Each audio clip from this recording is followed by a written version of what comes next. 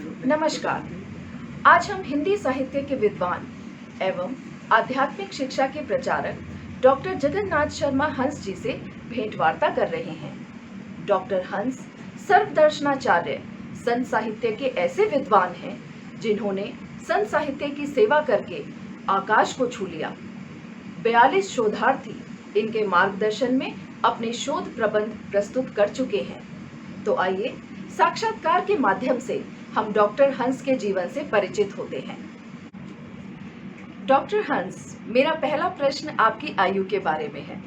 आपकी आयु कितनी है और इस अच्छे स्वास्थ्य का क्या कारण है? प्रश्न तो तुमने ठीक ही पूछा है। मेरे शरीर की अवस्था 88 वर्ष पूरे हो चुके हैं, 89 चल रहा है।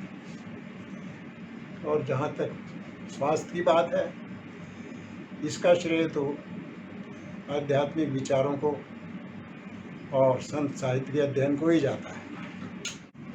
आपने किस किस कॉलेज से शिक्षा ग्रहण की है? जहाँ तक मेरी पढ़ाई की बात है, मैं किसी कॉलेज में रेगुलर नहीं पढ़ा। मैंने जो भी शिक्षा प्राप्त की, घर पे रहकर ही प्राइवेट एग्ज़ाम देकर ही शिक्षा प्राप्त की। और विडंबना ये रही कि बहुत लेट पढ़ना शुरू किया।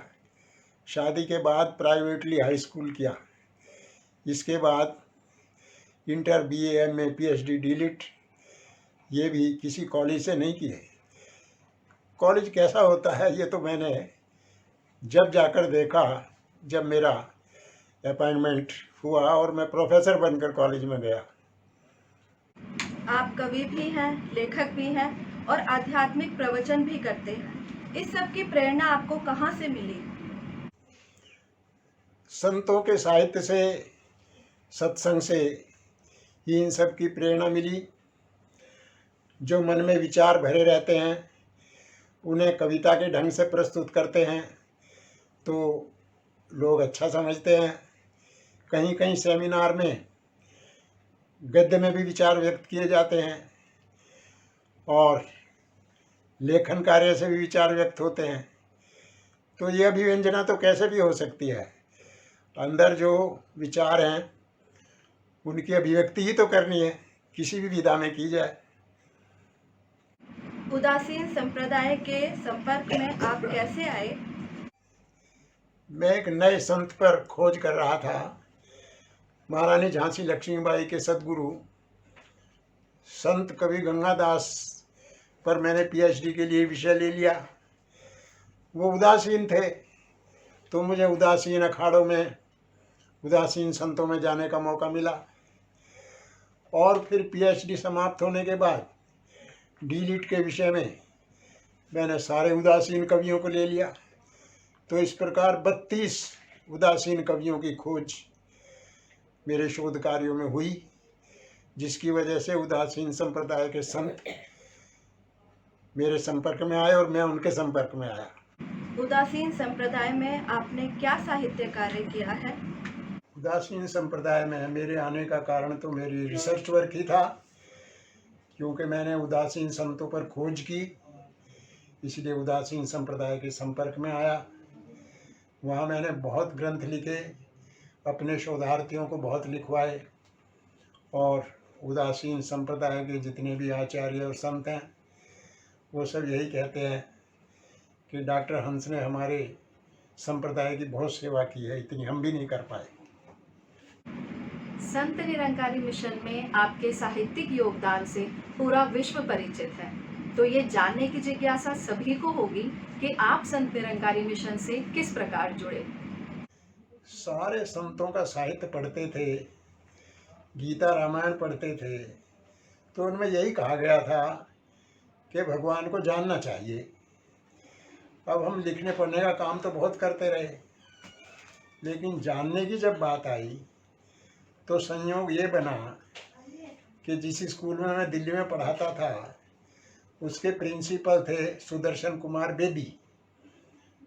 मुझे पता था कि ये कभी झूठ नहीं बोलते, तो उन्होंने एक दिन कहा कि भगवान को जाना जा सकता है। और निरंकारी मिशन में आकर आप अपनी इस जिज्ञासा को शांत कर सकते हैं। तो इसलिए मैं निरंकारी मिशन में आया। वहाँ मैंने सदगुरु से दीक्षा ली। बाबा गुरबचन सिंह जी महाराज उन दिनों निरंकारी मिशन के गुरु थे। उनमें मुझे पूरे संत के लक्षण दिखाई दिए और ऐसा मेरे से मिले वो जैसे मेरी प्रतीक्षा ही कर रहे हों। फिर वो कई बार मुझे अपने साथ अपने टूर पे भी ले गए और मैं इस प्रकार निरंकारी मिशन में आ गया। संत निरंकारी मिशन में आपकी सेवाओं का क्षेत्र क्या रहा? संत निरंकारी मिशन में तो मैं पूरी तरह ऐसा घुल मिल गया उन महापुरुषों में कि उनका जहाँ कवि सम्मेलन होता था उसमें मैं कविता बोलता था। जब उनकी साहित्य देखी मैंने, किताबें भी छपवाते हैं, तो मैंने 15-20 किताबें संत निरंकारी मिशन पर लिख दी और उनमें से बहुत सारी मिशन ने छापी, कुछ बाहर से छप गई, वो बहुत लाइक की गई। तो इस प्रकार मेरा लेखन का कार्य, कविता का कार्य है। और तीसरा जो सबसे बड़ा कार्य है सेवा का निरंकारी मिशन में हुआ, वो हुआ इस आध्यात्मिक ज्ञान का प्रचार। मैं सारे हिंदुस्तान में नेपाल तक 40 साल तक घूम घूम कर निरंकारी मिशन का ज्ञान और भक्ति का प्रचार करता रहा। और मुझे ये कहने में भी कोई संकोच नहीं कि निरंकारी मिशन की ज्ञान भक्ति गीता, रामायण, हमारे वेदों इत्यादि में जो कही गई है वही है, उससे अलग कुछ नहीं है। वर्तमान समाज में आप क्या परिवर्तन देख रहे हैं? वर्तमान समाज के हालात देखकर कोई प्रसन्नता तो नहीं होती, क्योंकि मैंने एक बार इस संबंध में लिखा भी था। हालत हिंदुस्तान बहुत खस्ता है, दूध महंगा और खून सस्ता है। ऐ मेरे मौला तेरे इन मुरीदों को छोड़कर कौन भला यहाँ खुल के हंसता है। परिवर्तन मुझे यही लग रहा है कि भारतीय संस्कृति पर विदेशी संस्कृति का आक्रमण सा होता जा रहा है, जिससे हमारे पुराने जीवन मूल्य और मान्यताएं समाप्त हो रही हैं, जो नहीं होनी चाहिए।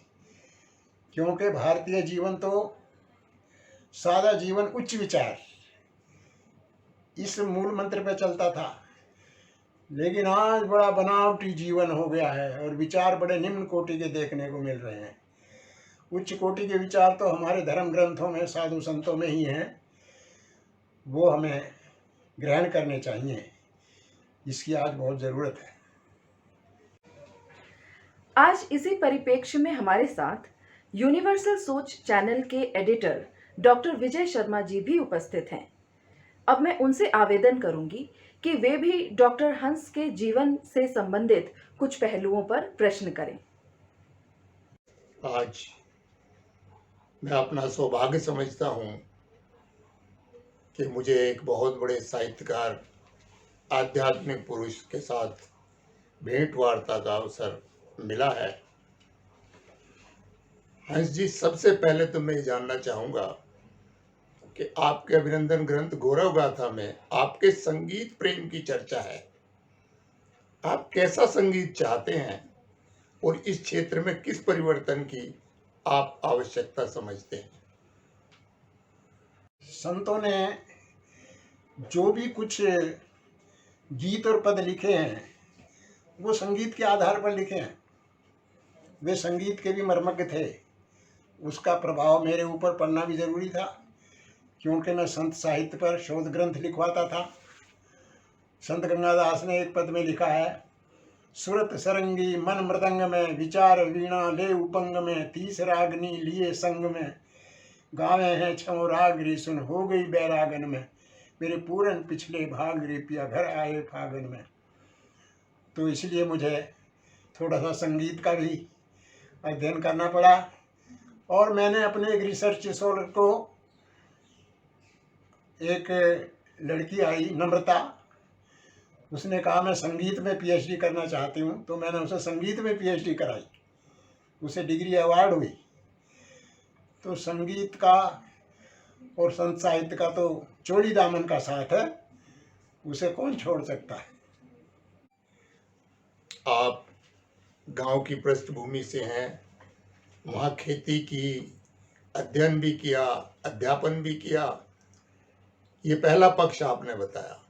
दूसरा पक्ष आप कहते हैं जब आप दिल्ली में आए एक अध्यापक रहे, और तीसरा पक्ष आपका जब आप प्रोफेसर बने, हरियाणा पहुंच गए, और चौथा पक्ष आपका आध्यात्मिक पक्ष है जिसमें आप उदासीन संप्रदाय से जुड़े, संत निरंकारी मिशन से भी जुड़े। उदासीन संप्रदाय से संत निरंकारी मिशन, ये चेंज ओवर कैसे हुआ? जीवन के 4 पक्ष नहीं, बल्कि ये जीवन के 4 आयाम हैं। किशोरावस्था से ही खेती करने लगे गांव में, वहीं फिर अध्यापन कार्य शुरू कर दिया। फिर परिस्थितियां ऐसी बदली कि पारिवारिक स्थितियों को देखकर और गांव की कुटिल राजनीति को देखकर मैं दिल्ली चला आया। 8 साल गांव में पढ़ाया, फिर 17 साल दिल्ली में पढ़ाया। दिल्ली में रहकर अपने भाई बहनों को पढ़ाना और उनकी शादियां वगैरह करना, ये जिम्मेदारी भी आई तो प्रभु की कृपा से ठीक निभी। फिर अपने चारों बच्चों को लिखाना पढ़ाना और उनको ठीक ढंग से सेट करना, ये कार्य भी प्रभु ने किया। 17 साल दिल्ली में रहा और फिर 45 साल की उम्र में निरंकारी कॉलेज सोना हरियाणा में चला गया। आखिर के 15 साल वहाँ प्रोफेसर बनकर रहे, यूनिवर्सिटियों के संपर्क में आए। तो इस प्रकार मनुष्य का जीवन परिस्थितियों का दास है। जैसी जैसी परिस्थिति बनती गई वैसे कार्य होते रहे। अब आखिरी बात यह है कि निरंकारी मिशन में, वो जैसा मैं पहले कह चुका हूँ कि बाबा गुरबचन सिंह जी महाराज जो सदगुरु थे, उनमें एक ऐसी अट्रैक्शन थी कि उनसे बात करके मुझे लगा कि इस महात्मा के पास परमात्मा का ज्ञान है और ये कृपा करके हमें भी सत्य से जानकारी करा सकते हैं। वही हुआ और फिर मुझे इतना आनंद आने लगा कि मैंने परिवार की भी कोई परवाह नहीं की और सारे हिंदुस्तान में रिटायरमेंट के बाद भी घूमता रहा। इस तरह जीवन के 4 आयाम चल रहे हैं जो अब तक भी चल रहे हैं। दीक्षा देने के लिए मैंने निरंकारी मिशन में एक नया फार्मूला दिया निरंकारी मिशन को कि दीक्षा देने का एक सूत्र बनाओ, एक फार्मूला बनाओ जिससे दीक्षा में समानता रहे। तो निरंकारी बाबा जी बड़े खुश हुए, बाबा हरदेव सिंह जी, उस फार्मूले को देखकर। वो था G5P913। इसको सब निरंकारी प्रचारक जानते हैं कि किस ढंग से समझाना है कि आत्मा क्या है, परमात्मा क्या है, माया क्या है, जीव क्या है। और जब ये समझ आ जाती है तो मनुष्य चिंता मुक्त हो जाता है और वो औरों को भी चिंता मुक्ति दे सकता है।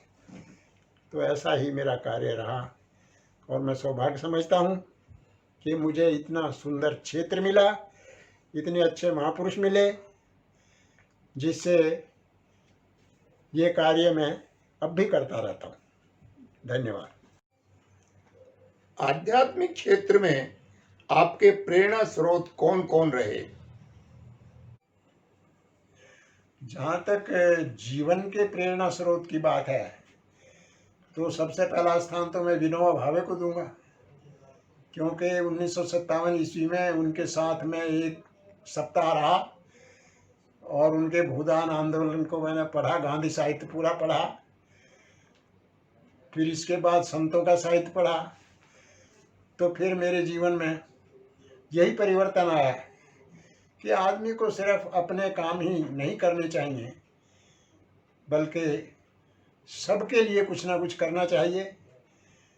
परोपकार की भावना उत्पन्न हुई और मैं फिर सुदर्शन कुमार बेदी और भी कई महापुरुष आए, बाबा गुरबचन सिंह जी महाराज, बाबा हरदेव सिंह जी महाराज, गौतम बुद्ध का जीवन, इन सब ने मुझे प्रेरित किया। अंत में एक प्रश्न, आप आज के युवा वर्ग को क्या संदेश देना चाहते हैं? आजकल के युवाओं को मैं यही संदेश देना चाहूँगा कि वो एक तो नशे से दूर रहें, क्योंकि हमारा युवा वर्ग नशे की तरफ खींचता जा रहा है, जिससे उनका भी जीवन नष्ट हो रहा है और राष्ट्र भी कमज़ोर होता जा रहा है। दूसरा संदेश, सादा जीवन और उच्च विचार की जो भारतीय संस्कृति की मूल भावना है, उसे कभी ना छोड़ें। और तीसरी बात जो बहुत ज़रूरी है कि दुनिया में अनरियल को छोड़कर रियल को अपनाएं। संसार सपना है और भगवान सिर्फ अपना है, इसलिए परमात्मा को जानें और परमात्मा को जानकर आनंदित रहें, क्योंकि आनंद और परमात्मा ये पर्यायवाची शब्द हैं, सिनोनिम्स हैं। अगर आनंद आपको चाहिए तो परमात्मा से ही मिलेगा। संसार के जितने भी सुख हैं ये सुख नहीं है, ये दुख देने वाले सुख है। जैसा कबीर ने कहा, झूठे सुख को सुख है मानत है मन मोद, जगत चबेना काल का कुछ मुख में कुछ बोध। इसलिए आनंदित जीवन जीने के लिए, चिंता रहित जीवन जीने के लिए भारतीय संस्कृति का दामन पकड़ना, उस पर चलना और भगवान को जानना बहुत ज़रूरी है। ये मेरा अनुभव भी है और युवाओं से मेरी प्रार्थना भी है। अच्छा जी, नमस्कार। मैं अपनी टीम का धन्यवाद करता हूं और विशेष रूप से आपका धन्यवाद है कि आपने अवसर दिया और मेरी टीम के सदस्यों ने आपसे आशीर्वाद प्राप्त किया। धन्यवाद।